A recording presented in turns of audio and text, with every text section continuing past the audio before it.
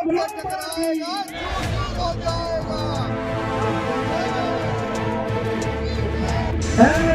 ਦਾ ਜਾਲ ਖਿਲਾ ਨਹੀਂ ਸਾਨੂੰ ਦੇ ਕੇ ਡੋਲੇ ਸ਼ਹਿਜ਼ਾਦੀਆਂ ਦੇ ਅੱਖਾਂ ਤਾਈ ਤੂੰ ਸਾਡੀ ਬਗਾਨ ਨਹੀਂ ਹੁਣ ਤੇ ਤਾਜ ਤਖਤ ਤੇ ਫੁੱਕ ਦੇਣਾ ਸਾਨੂੰ ਮਾਇਆ ਦੀ ਕੋਈ ਗੁਰਦਾਰ ਨਹੀਂ।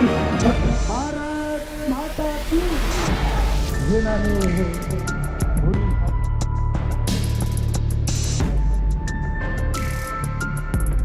और एक होके सबने कहना है भारत माता की, भारत माता की।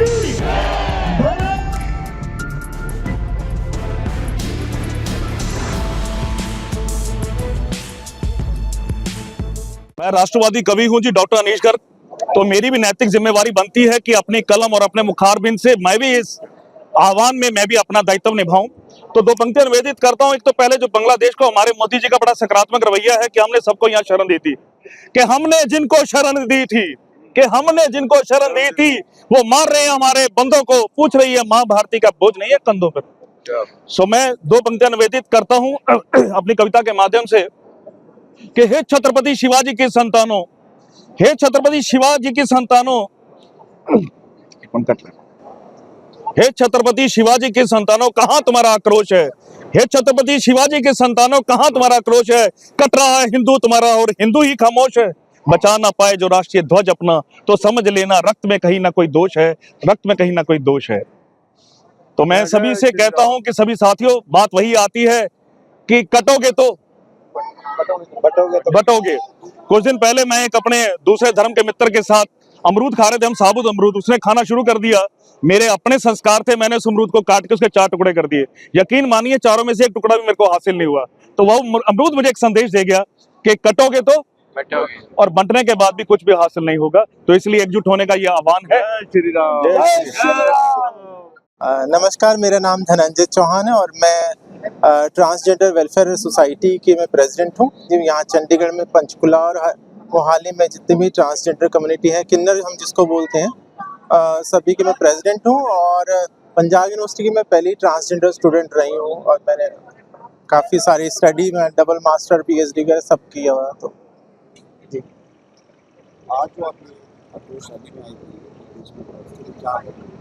देखिए, तो हमें तो पहले ही जाग जाना चाहिए। ये तो बहुत देर हो गया और ये हम लोग सदियों से हम लोग ये त्रासदी झेलते आ रहे हैं। हमारा मंदिरों का ऊपर जो भी आक्रमण हो रहे हैं, जिस तरह से हमारी परंपराओं पे, हमारी सभ्यता पे भी इस तरह से आक्रमण हो रहे हैं, इसके खिलाफ तो मैं लगातार लिखती रही हूँ सोशल मीडिया पे।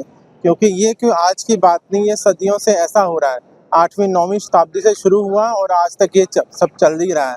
और ये अत्याचार इतना ज़्यादा बढ़ गया, इसमें हम लोग, ये तो हमने 2-4 तो हमें भी अभी होना है। दिन होता है, रात होती है, तो संध्या भी होती है। और संध्या के बिना और दिन और रात नहीं होता है। ये हमारे बिना ये निर्णायक युद्ध खत्म भी नहीं होगा। आज हम शिखंडी हैं। भगवान विष्णु मोहिनी रूप में आए थे और जब उन्होंने मोहिनी रूप में आए तब जाके जो देवासुर जो युद्ध था उसमें अमृत कलश निकला था, उसमें से अमृत को लेके उन्होंने देवताओं को बुलाया था। इसी तरह शिखंडी का भी महाभारत खत्म ना तो होता अगर शिखंडी ना होता। तो आज जो ये सारे विश्व में, मैं आज भी लिखा था कि मिडिल ईस्ट में हमेशा सिरदर्द रहा है। मध्य पूर्व जो एशिया रहा है, ये हमेशा से सिरदर्द रहा है। वैसे ही बल्कान जो स्टेट रही है यूरोप की, वो भी प्रथम विश्व युद्ध का और सेकंड विश्व युद्ध था उसका कारण रही है। लेकिन भारत हमेशा से शांति प्रिय देश रहा है। इस पे जब जब आक्रमण हुए हम लोगों ने उन पे लोगों के दांत खट्टे किए और इस बार भी हमें सबको इकट्ठा होना चाहिए। मैं सारे हिंदू समाज और किन्नर समाज जो है हिंदू समाज से भिन्न नहीं है। हम उन्हीं के ही बच्चों के जब होने पे या शादी ब्याह में भगवान राम से जो परंपराएं चली आ रही हैं, वो हम उसी का निर्वाहन कर, हम हिजड़ा खुसरा बना देगा और हमारे जो संस्कृति को छीन के हमारे को अस्सलाम वालेकुम बुलाने की कोशिश कर रहे हैं, तो ये नहीं होगा। हम लोग, हमारी पहचान किन्नरों से है, किन्नर परंपराओं से, भगवान राम से है, अर्धनारेश्वर भगवान भोलेनाथ से हैं। हम किसी और की जो पहचान वो अंगीकार नहीं करेंगे। हम अपनी पहचान से जो हमारी भारतीय सभ्यता परंपरा है उसी के धारण करते हुए धर्म को धारण करते हुए आगे बढ़ेंगे।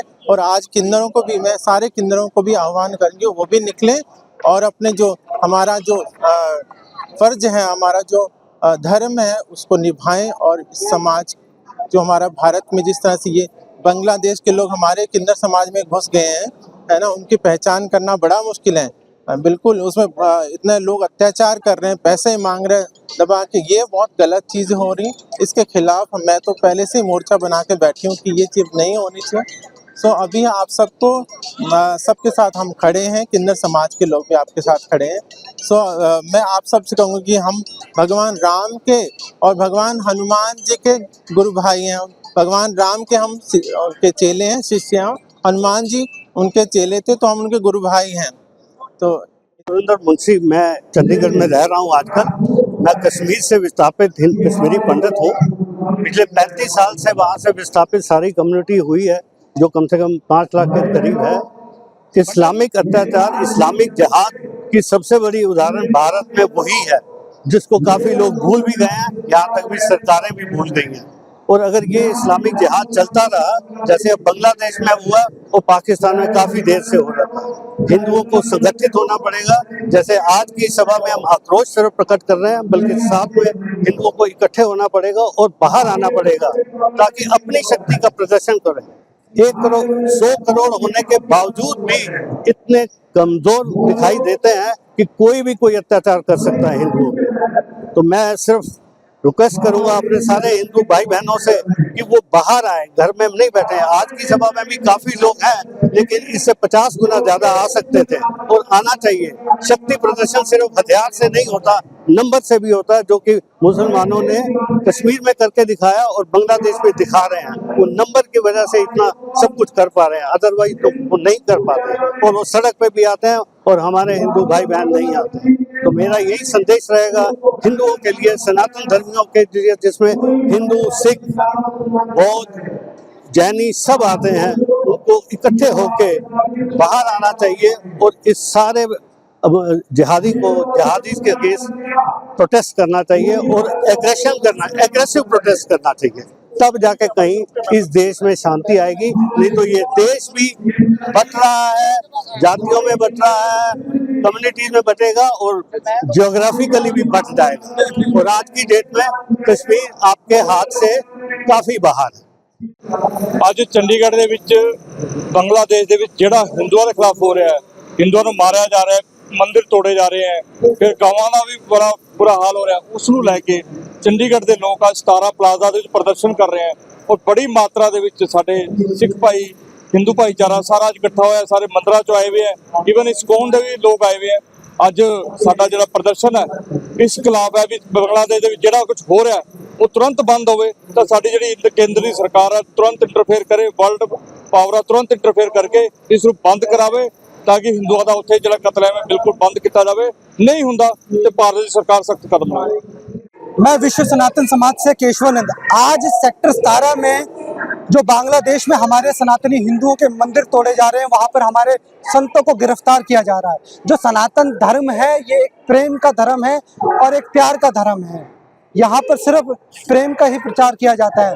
और आज विश्व सनातन समाज और यहाँ पीछे आप देख रहे हैं सेक्टर 17 में हर धर्म के लोग, हर जाति के, हर पंथ के, हर संप्रदाय के लोग इसमें हजारों की संख्या में आए हुए। यहाँ केवल एक संप्रदाय, एक धर्म, एक जाति नहीं है। सभी लोग इस बात से आहत हैं कि भारतीय सनातनी हिंदुओं का बांग्लादेश में कत्ल हो रहा है और ज़्यादा से ज़्यादा वहाँ पर आज हिंदुओं की संख्या भी घटती जा रही है। तो ये आंदोलन आज कहाँ से आए? मैं उत्तराखंड का विश्व सनातन समाज से हूँ। ये जैसे हमारे मुस्लिम भाई हैं। आप कहाँ से हो? चंडीगढ़ से। ये चंडीगढ़ से हैं। हाँ, मेरा नाम मोहम्मद सलीम है जी, चंडीगढ़ से मैं आया हूँ। क्या कहना चाहते हैं? मैं कह जो हिंदुओं के साथ दिमाग पे अत्याचार हो रहे हैं, हिंदू समाज के साथ अत्याचार हो रहे हैं और मंदिरों में तोड़फोड़ हो रही है, तो हम इसके खिलाफ आए कि ऐसा नहीं होना चाहिए। हमें कुछ ऐसा दबाव डालना चाहिए, मोदी सरकार कहे उनके ऊपर भी दबाव डालें, ताकि ऐसे सबको अपना धर्म अपनाने का और रहने का सबको एक अधिकार है। तो हम नहीं चाहते कि ऐसे कोई गड़बड़ ना हो, सब मिलजुल कर रहे हैं। रतन सिंह कितने चंडीगढ़ तो ਕੋਈ ਪ੍ਰਦਰਸ਼ਨ हाँ जी ਕੀ ਕਹਿਣਾ ਚਾਹੁੰਦੇ ਹੋ जिस तरह मार कुटाई हुई है आजकल होनी नहीं चाहिए क्योंकि मिल जुल के रहना चाहिए जिस तरह अपने मोदी सारे मिला रहे हैं उस तरह मिलजुल के रहना चाहिए।